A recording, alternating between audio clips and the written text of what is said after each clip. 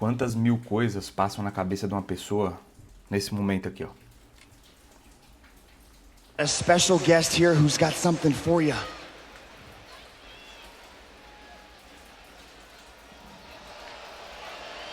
That is the legend, the BJJ legend, Renzo Gracie, giving Chatri Sityodtong his BJJ black belt. Denver, make some noise for the newly minted BJJ black belt, Chatri Sityodtong.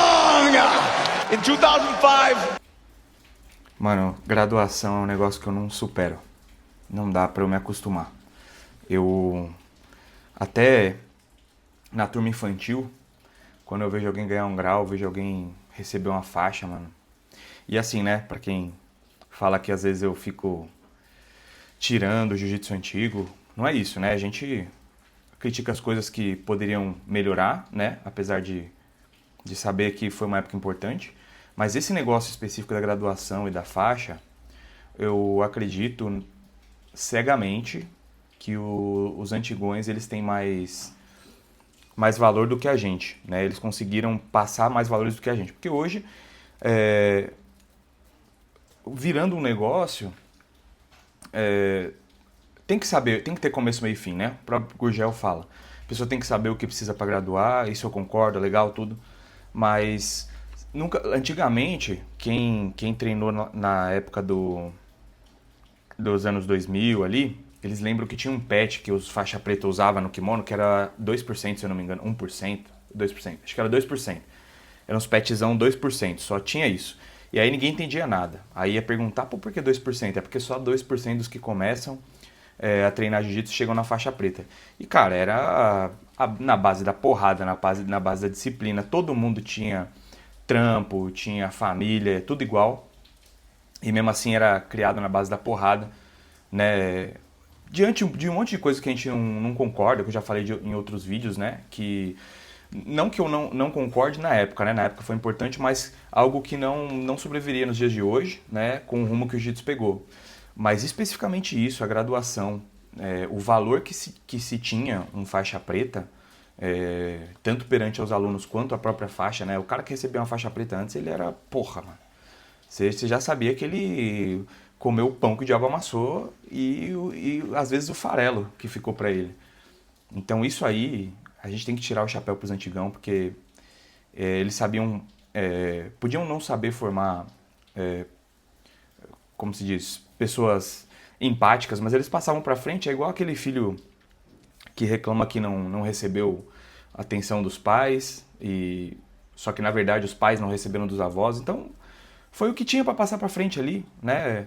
Cabe a nós reconhecer e melhorar, beleza, mas veio bastante coisa boa também, né? A gente está num esporte que veio dessa geração aí, né? E tem um monte de professor que é espetacular e que não teve o que essa galera teve, né? Não teve formação, curso online, curso para lidar com crianças com necessidades especiais e tal. E os caras têm uma didática que, pô, veio do professor para ele, veio do amor pela arte, por ensinar, por ajudar, empatia pelo próximo, né? Não adianta a gente querer ser ou é preto ou é branco, ou é 0 ou é 1. Não é um jogo de exatas, né? Saiu muita coisa boa e importante daquela época também. E o que a gente tem acesso à informação para poder melhorar, maravilha, mas, pô, cara, você receber uma faixa assim ao vivo, pô, eu de ver os menininhos que não me entendem o que eles estão ganhando às vezes, os menininhos vão lá nas aulas infantis lá da academia, recebem um grau, tem o grau colorido lá, né, de disciplina na aula, de notas na escola, de como tá se portando com os pais e tal, e só de ver eles ganhando, trocando de faixa, dando valor, né, aprendendo a dar valor, quando o grauzinho para de ser só um teco de esparadrapo para virar algo que eles mereceram de verdade. Pô, isso aí a gente vendo de fora, eu fico emocionado até hoje, cara.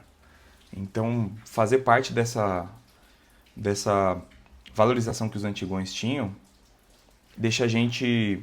Sabe aquela história de só aproveita o museu quem conhece um pouco da história, sabe aquele negócio? Pô, se você não conhece nada de carro, você entrar num Rolls Royce ou num, sei lá, num carrinho mais ou menos ali que você viu, banco de couro, nossa, que legal. Mas quando você entende um pouquinho, você fala, caraca, mano, o negócio foi construído na base de muito, né, mano, sufoco, pesquisa.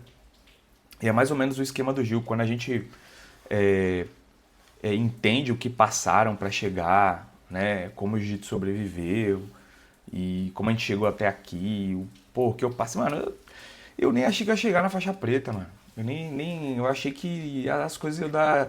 Eu achei que as coisas iam dar tão certo antes que quando deram errado eu falei, mano, vai ficar pra outra vida. Porque foi difícil pra cacete, deu tudo errado, mano. Deu tudo errado. Eu decidi sair do Brasil na faixa roxa.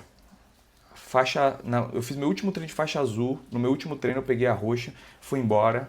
Aí já tinha um plano desenhado na minha cabeça. Falei, não, vou chegar lá, vou dar aula de Gil, desenrola no inglês, já dava aula para criança, ajudava na turma de iniciante, sabia bastante do ABC ali. Falei, nossa, vou me arrumar como instrutor em algum lugar, né? Nem que seja para pagar minha mensalidade na academia, que eu já sabia que saindo do Brasil era caro e tal. E que, tipo assim, você não sendo faixa preta, você não tem muita moral, né, mano? Então você tinha que chegar conquistando seu espaço. Cheguei lá, vi que meu inglês era uma bosta, né? Sabe quando a gente chega lá, a gente vê que o gringo não fala com legenda? Cheguei lá, meu inglês era uma bosta, não sabia puxar um aquecimento em inglês. Não tinha tempo, porque aí as suas contas começam a ficar em dólar, então você tem que correr atrás. Nem carro você chega lá, enfim, uma hora eu falo melhor da experiência lá da gringa, mas, mano, não tinha carro, não tinha horário, não tinha nada. Às vezes eu cheguei a trampar com o dono da academia, cheguei lá, tinha poucos faixa roxa na época, né? Eu era recém-graduado. Tava precisando de um trampo, isso aí não tem o que falar, o jiu-jitsu sempre me salvou. Onde eu cheguei, arrumei trampo, contato, amigo, tudo por causa do jiu-jitsu. Então, fui trampar com o dono da academia, que era um americano, melhorei meu inglês trampando com ele. Ele mesmo não chegava na hora de puxar a aula, porque ele tinha professores contratados. Então, mano, o pau comia lá, friaca do caramba lá no norte dos Estados Unidos. Só que graças a ele eu conheci o que eu ia depois, né, chamar de mestre, né? Conheci meu mestre lá, que professores eu tive bastante, fui um creontão e tanto. Comecei no projeto social, o projeto social acaba, a gente vai para outro lugar.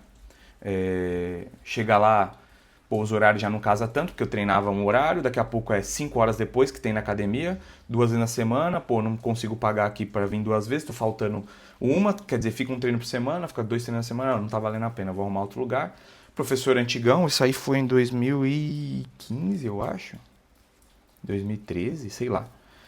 Então ainda tinha muito esse negócio, creontou, vai creontou, mano. Eu só sabia de uma coisa, o jiu-jitsu pra mim era maior do que qualquer bandeira de equipe. E a outra é que eu não queria parar de treinar Gil. Então eu queria ficar puto comigo que eu saí. Assim, eu não ia parar porque alguém me não, você não treinar aqui, você não treina mais. Um abraço. Fui achar. Fui caçar um lugar. E aí, minha trajetória de azul, roxa até o último dia, fui pra lá pra gringa. Achei que ia dar certo, deu tudo errado. Comecei a treinar num lugar, não deu, fui pra outro. Conheci meu mestre, que hoje eu sou faixa preta por ele. Acabei mudando de estado, conheci outros estados, passei por outros estados, morei em outros estados e me lesionei muito sério, não conseguia fazer nada. Quando eu finalmente consegui um lugar para dar aula, em troco da mensalidade, né? Eu acabei me lesionando uns tempos depois, mal pude aproveitar. E aí, resumindo, um monte de coisas que deram errado me trouxeram de volta para o Brasil. E aí acabei abrindo a minha academia. Mas todo esse contexto no caminho, o que se resume foi...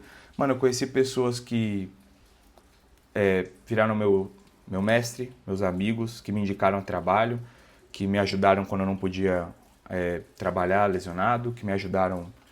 Cara, só essa trajetória só fez bem pra mim, né? E... Esse vídeo aqui e um outro que eu achei aqui, que eu vou até... Mas esse tá em inglês, aí eu vou dando umas pausinhas. Mostram por que você não pode desistir do Gil. Não é só porque ele abre portas e tal, é porque ele vai refletir como você leva a tua vida fora do tatame. Aqui eu vou compartilhar esse outro desse americano aqui.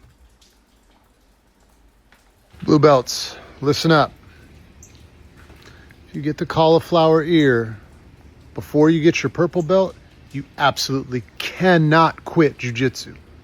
If you quit, you'll just be an ugly dude who can't fight. Stick with it. Blue belt. Aí, quem pegou aí? Quem pegou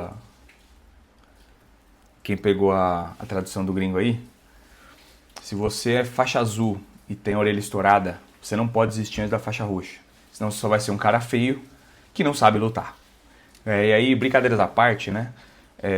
Cara, a gente não pode desistir porque as coisas dão errado pra caralho. As coisas dão errado pra caralho. Eu tô aqui, abri academia e tudo, porque as coisas deram errado pra caralho. Meu plano nunca era voltar pra cá e abrir uma academia. Eu fui pra lá, toda essa história durante os tempos, os anos aconteceram. Meu plano era abrir uma academia lá fora, ter meus alunos lá fora, ter meu negócio lá fora. E aí tudo deu errado, mano. Tudo deu errado desde o começo, dava errado aqui um pouquinho, depois ali, até que eu tô aqui fruto de tudo ter dado errado. E hoje eu agradeço, mano. Porque as coisas só aconteceram aqui, de eu conhecer pessoas, de eu receber pessoas lá na academia que têm um passado complicado, né, histórico, de depressão, de né, tentativas de até atentar com a própria vida. Hoje eu agradeço por ser uma ferramenta, né, na vida deles. E mesmo a gente cheio de falhas, né, poder usar do jiu-jitsu como ferramenta pessoal para alcançar essas pessoas. Então, você não pode desistir, mano. Você não pode desistir porque as coisas vão dar errado para você fora do tatame, igual elas vão dar errado no tatame. Mas não pode, não pode até o final. É tipo se formar, é tipo entregar anos para a faculdade. Ainda pior, né? Porque você entrega pra faculdade, você tem que administrar o tempo, sofre na mão de professor cuzão, igual a gente sofre na mão de, às vezes, professor cuzão também, mas, pô, deixa de ficar com família e tal. E, pô, mano, no Gil você às vezes paga, faz tudo isso, se machuca. Você não pode desistir, mano. Você nem que tenha que ir pra um lugar que treine mais de boa, que... Enfim, não desiste, mano. Não desiste. Eu acho que a mensagem no meio de piada, de história, de react aqui, não desistir, mano. Porque depois você olha pra trás, igual eu olho, tem meses que eu sou faixa preta, não tem nenhum ano. Vai fazer um ano agora no meio do ano, maio. E eu olho pra trás, tudo que a gente passou, mano, tudo que a gente passa. Tantas outras fases eu podia ter desistido quando eu tava mais longe. Né, minha pior lesão ser na faixa marrom, ali beliscando a faixa preta, e aí eu tinha certeza que ia ficar pra outra vida essa faixa preta, né, e, mano, acontece, eu não sei como, mas acontece, mesmo dando errado, dá errado no seu plano, mas parece ter um plano maior que dá certo, então, mano, se recusa a desistir, você não pode bater, mano, você não pode bater pras adversidades.